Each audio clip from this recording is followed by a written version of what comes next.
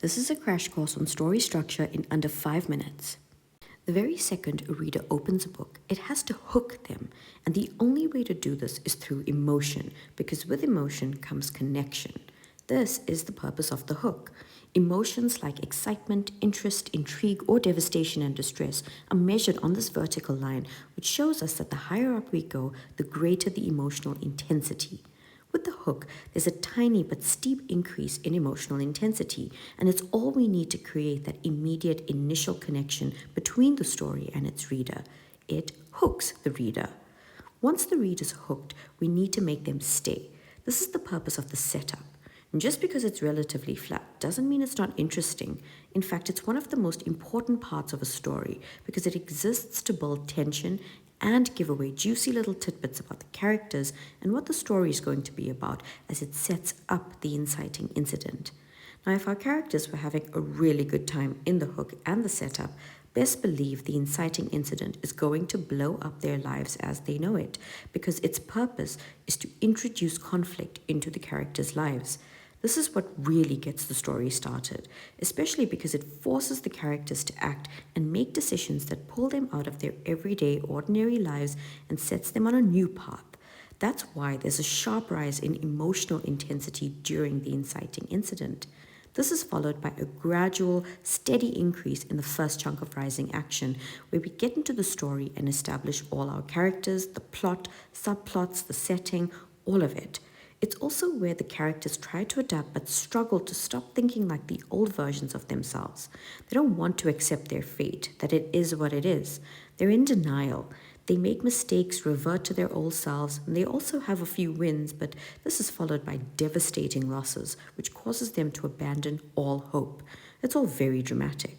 But it gets us to the story's midpoint, which is also sometimes called the turning point or the point of no return, because there's usually a major realization or reveal. Now, this is a crucial moment for the characters, like a veil's been lifted and everything finally starts to make sense. They also know that they can't keep doing what they've been doing. That hasn't worked out for them, so they pause to reset, regroup, and recalibrate. And that's why we see a slight drop in emotional intensity. In the midpoint, it's essential for our characters to snap out of the haze they've been operating from and finally believe in what they're doing, adapt and rise to the challenge, become who they need to become to do what they need to do, willingly and with purpose and determination. And it's in this moment that they decide to rise to the occasion that they propel themselves into the second chunk of rising action, which leads to another gradual but slightly steeper rise in emotional intensity compared to the first chunk. Because the story is faster paced, there's more happening with even bigger reveals and far more wins than losses. And it's where we finally see our characters, or the new version of our characters from the midpoint, become who and what the story needs. Adaptable, confident, thinking critically, but there will come a moment where it seems as though all is lost. Now, this is the moment the main character comes through with one final trick up their sleeve. This gets us to the climax, or the technical end of the story.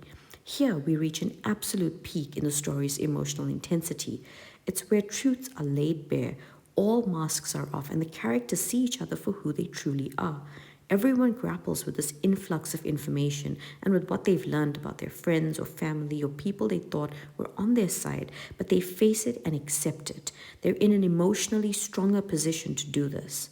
And at this point, all the subplots would have neatly converged to join the major storyline, and they all conclude, which sees a sharp fall to return to zero in the resolution, where all the loose ends are tied up, and unanswered questions are answered, anything unsaid is said, plot holes or any gaps are filled in and addressed. Answers to questions like, how did you figure this out? Or how did you figure that out? How did you manage to get to the nuclear reactor in time when you were on the other side of the world? Those types of questions are all answered. And we see the characters in resting state, which is satisfying and emotional. We might even get to see what our characters are up to somewhere down the line in the future, being perfectly ordinary. And this is when we reach our absolute end. Now I have a detailed video on basic story structure where I've made up 2 stories and created outlines for each story using the major points of story structure that I've just explained in this video. You can use this to create a rough outline for any story you want to write in any genre using this exact and simple technique. Click on the link below to take you directly there. I hope you've enjoyed this video. Stay tuned for the next one.